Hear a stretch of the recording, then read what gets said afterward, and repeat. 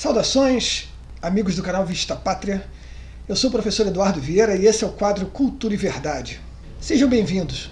Eu andei sumido aqui do canal porque andei trabalhando muito no curso Nós Somos Ocidente. Eu vou falar disso um pouco mais adiante, tá? Mas hoje o assunto é volta às aulas. Será que nós devemos aplaudir a decisão do juiz do Tribunal Regional do Trabalho, senhor Elísio Correia de Moraes Neto, de conceder uma liminar impedindo a volta às aulas? Essa liminar foi uma ação pedida pelo Sindicato dos Professores do município do Rio de Janeiro. Ou será que nós deveríamos torcer para a volta às aulas? O que cabe dizer sobre isso do ponto de vista ético, prático e principalmente sobre o ponto de vista científico, do impacto real que isso pode ter no número de infectados e no número de óbitos causados pelo vírus chinês? Bom, primeiro vamos analisar os argumentos, né? Os argumentos a favor da volta às aulas são bastante simples. Observou-se que o ensino à distância é falho, né? Ele é muito pouco eficiente. As escolas não estavam preparadas, os professores não estão preparados e muito menos as famílias estão preparadas para gerenciar o processo de ensino dos seus filhos dentro de casa. Outro aspecto absolutamente fundamental que deve ser tratado é o seguinte: nem todo mundo, né, e eu digo isso de forma bastante ampla, tem um computador ou um iPad em casa e pode ficar assistindo a aula através do Zoom, né? E a enorme parcela da população que não tem essa condição privilegiada que muitos de nós têm. Como é que fica? Essa turma fica completamente desconectada do ambiente de ensino, rompendo uma rotina de anos. Rotina, aliás, dura, difícil, né? Uma rotina que sempre exigiu muito do aluno. Simplesmente não dá para a gente mensurar qual vai ser o impacto disso pedagogicamente. O que vai acontecer com o rendimento desses alunos que tiveram esse afastamento tão prolongado do ambiente de ensino e do hábito de trabalhar, né? Os testes, os desafios que a apreensão de ensino, de conteúdo, causa. Vale citar, quando a gente vai avaliar essa questão também, que para muitos alunos a merenda escolar é a refeição mais rica e mais nutritiva do dia. Isso também foi removido desses alunos. A argumentação contrária é a seguinte: estamos numa pandemia, as pessoas estão morrendo, temos que dar segurança para essas pessoas. Então falam coisas, por exemplo, como o seguinte: se nós liberarmos a volta às aulas, os casos vão explodir e as pessoas vão morrer, vamos ter uma segunda onda de infecção. O juiz que concedeu essa liminar, proibindo a volta às aulas, ele ainda citou que essa proibição se dará até que haja uma vacina, ou até que haja uma forma de comprovação concreta de que não há risco na volta às aulas. Isso é tão bizarro, né, que vale a pena a gente conversar um pouquinho sobre isso, né? A existência de uma vacina é algo que normalmente demora alguns anos, tá? Usualmente, no mínimo, uma vacina expressa é produzida em 4 a 5 anos. Mas usualmente demora de 4 a 10 anos, tá? Para sair uma vacina. Recentemente saíram aí uma notícia de que tinha uma vacina de Oxford que estava saindo. Essa vacina já causou um problema gravíssimo, né? Uma mielite num paciente que está ameaçado de ficar paraplégico. A vacina produzida pela China, que está sendo testada em São Paulo, também já causou mortes.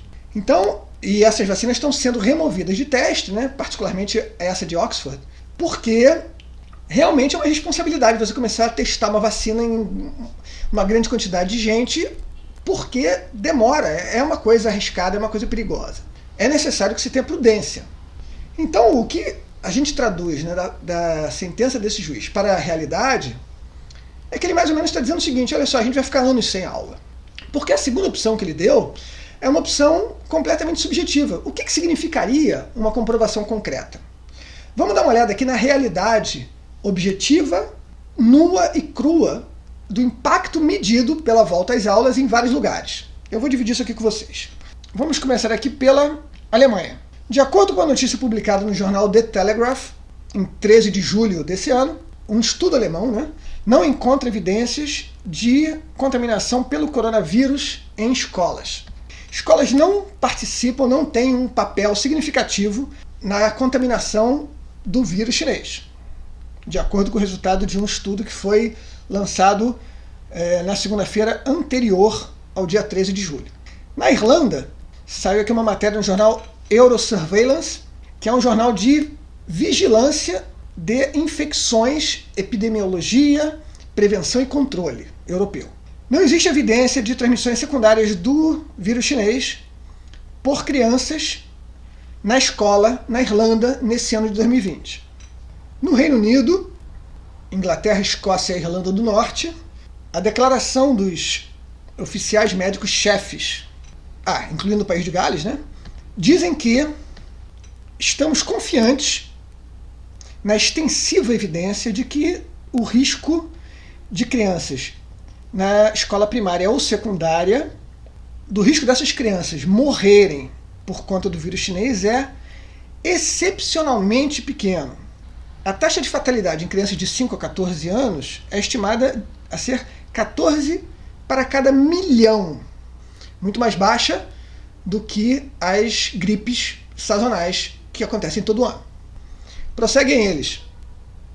Toda morte de criança é uma tragédia, mas as mortes de crianças com o vírus chinês, crianças e adolescentes, são extremamente raras e quase todas as mortes em crianças estão relacionadas com pré-condições de saúde significativamente relevantes. Vamos para aqui o Brasil. Em Manaus, a rede particular, no Amazonas, a rede particular retornou às aulas no dia 6 de julho e o retorno à rede pública foi no dia 10 de agosto.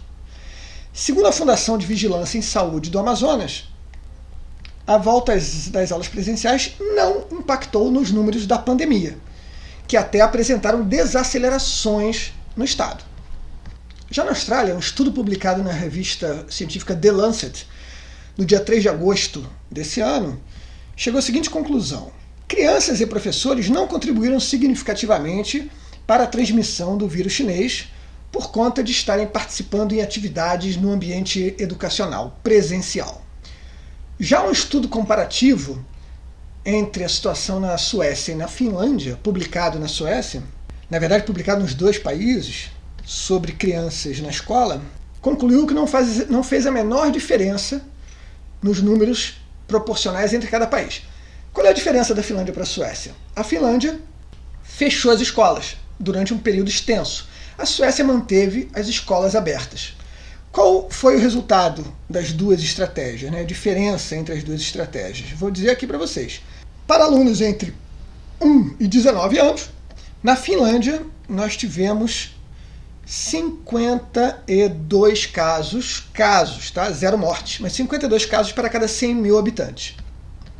Na Suécia nós tivemos 49 casos para cada 100 mil habitantes na mesma faixa etária. Todos os estudos que eu disse aqui estão aí no corpo do vídeo, né? Na descrição do vídeo, linkados aí para quem quiser ver. Esses são estudos observacionais completamente científicos. Então, o que levaria, né, um juiz do Tribunal Regional do Trabalho a desafiar todas essas observações científicas e dizer que não existe nenhuma indicação concreta de que haja segurança? Talvez ele esteja se referindo, né, à segurança total. E isso é uma coisa interessante da gente conversar, né? O que é segurança total? Ora, se você analisar o número de acidentes de trânsito durante esse período da pandemia, né, esse período do lockdown, esse período da quarentena, vocês vão observar que esse número diminuiu drasticamente. Se a gente fosse bastante limitado intelectualmente, a gente poderia concluir que, ótimo, então vamos fazer quarentena sempre que a gente vai resolver o problema de acidente de trânsito, né? Maravilha! Ou a gente pode até concluir outra coisa. Puxa, se a gente não sair de casa, a gente nunca vai correr o risco de ser atropelado, de ser assaltado, de tomar tiro, de contrair uma série de doenças por contato com outras pessoas. Puxa, então vamos ficar trancados dentro de casa. Que tal, né?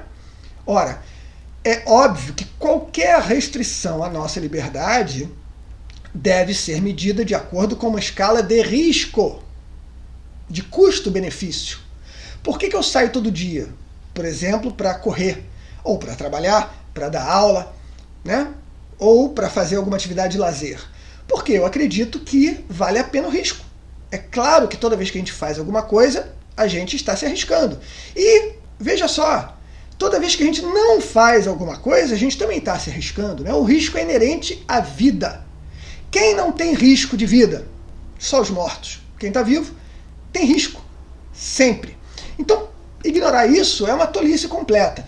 O que pessoas como esse juiz, né, e pessoas como essas figuras do Sindicato dos Professores, o que eles estão fazendo, na verdade, é criar um espantalho, né? O espantalho da segurança completa. Olha, a gente não pode abrir as escolas porque não há segurança completa. Ora, também não há segurança completa em ficar em casa. Qual é a segurança completa de ficar em casa? As crianças estão ficando deprimidas. Tem crianças que estão ficando com problemas de saúde diferentes do vírus chinês. E outra coisa, tem crianças que estão pegando o vírus chinês. Na verdade, graças a Deus, essa doença praticamente não afeta as crianças. Mas de qualquer jeito, né? A taxa de contágio, né, em países que fizeram uma quarentena mais completa e países que fizeram uma quarentena menos completa, não muda, né? A quarentena não resolve. Mas para crianças, essa quarentena está sendo espetacularmente nociva, especialmente para crianças em situações econômicas mais graves, né? Mais deficitárias. Essas crianças estão sofrendo muito. Então é muito legal, né? É muito fácil você ver um funcionário público escarrapachado na sua poltrona, recebendo o seu salário em dia, dizendo: fica em casa, vamos ficar em casa. Agora, se esse funcionário público fosse para o metrô, por exemplo, fosse para o BRT, ou fosse para um trem, ele ia ver tudo isso lotado. Ora, por que você pode lotar um trem, né, de trabalhadores que estão precisando trabalhar, né, e você não pode deixar uma escola funcionar? Por que você pode abrir bares e você não pode abrir uma escola? Veja, não estou dizendo que a conclusão lógica disso seria: vamos fechar então os bares. Não. Você abre as lojas, você abre os shoppings. Por que a escola não? Eu digo porque, no Brasil, a escola é um elemento absolutamente fundamental de definição da normalidade da vida. Tá? Quando você tem um monte de criança andando pela rua de mãos dadas com seus pais, com seus parentes, né, levando para a escola, trazendo da escola e tudo mais, você tem vida na rua, você tem alegria, você tem prazer de viver. E é exatamente isso que essa turma dos Corona Lovers, a turma que aplaude uma quarentena radical completamente nociva para a sociedade, está querendo evitar que a gente volte ao normal. Porque, gente, não existe novo normal, tá? O normal é o normal. O que não é normal é anormal. E o que é que está por trás desse processo todo, né? Por que nós temos essa diferença de visão, essa força que está atuando de forma contrária à normalidade da vida, mesmo quando a gente tem amplas demonstrações científicas de que a situação já decaiu, o risco já diminuiu muito e nós estamos agora numa situação de controle bastante sossegado. Basicamente é o que vocês vão verificar, né, o que a gente vai aprender no curso Nós Somos Ocidente. O nosso meio de vida, a nossa civilização, vamos dizer assim, o conjunto das nossas, desde as nossas instituições até as nossas características culturais e de valores, sempre foi, durante toda a nossa história, atacado interna e externamente por agentes que querem sobrepujar isso, né? Hoje, esses agentes são exatamente aqueles que a gente fala muito aqui, né? Os propagadores do pensamento revolucionário, que é exatamente a forma de pensar da turma do Sindicato dos Professores, por exemplo, né? Que é todo mundo de esquerda, todo mundo que pensa exatamente dessa forma destruidora. Então, qual é a maneira que eles têm de alcançar seus objetivos? Nos forçar a abrir mão da forma como a gente vive normalmente, ou destruir a forma como a gente vive normalmente. Então aí você tem ataques constantes, como por exemplo de ideologia de gênero, que é feito para a gente romper, a gente quebrar a nossa percepção da realidade. Então voltar às aulas não é só a gente botar as crianças de volta na escola, tá? É a gente recuperar a normalidade da vida em sociedade que forma a nossa civilização. É uma coisa bastante profunda. Eu sou Eduardo Vieira, muito obrigado por assistirem esse vídeo.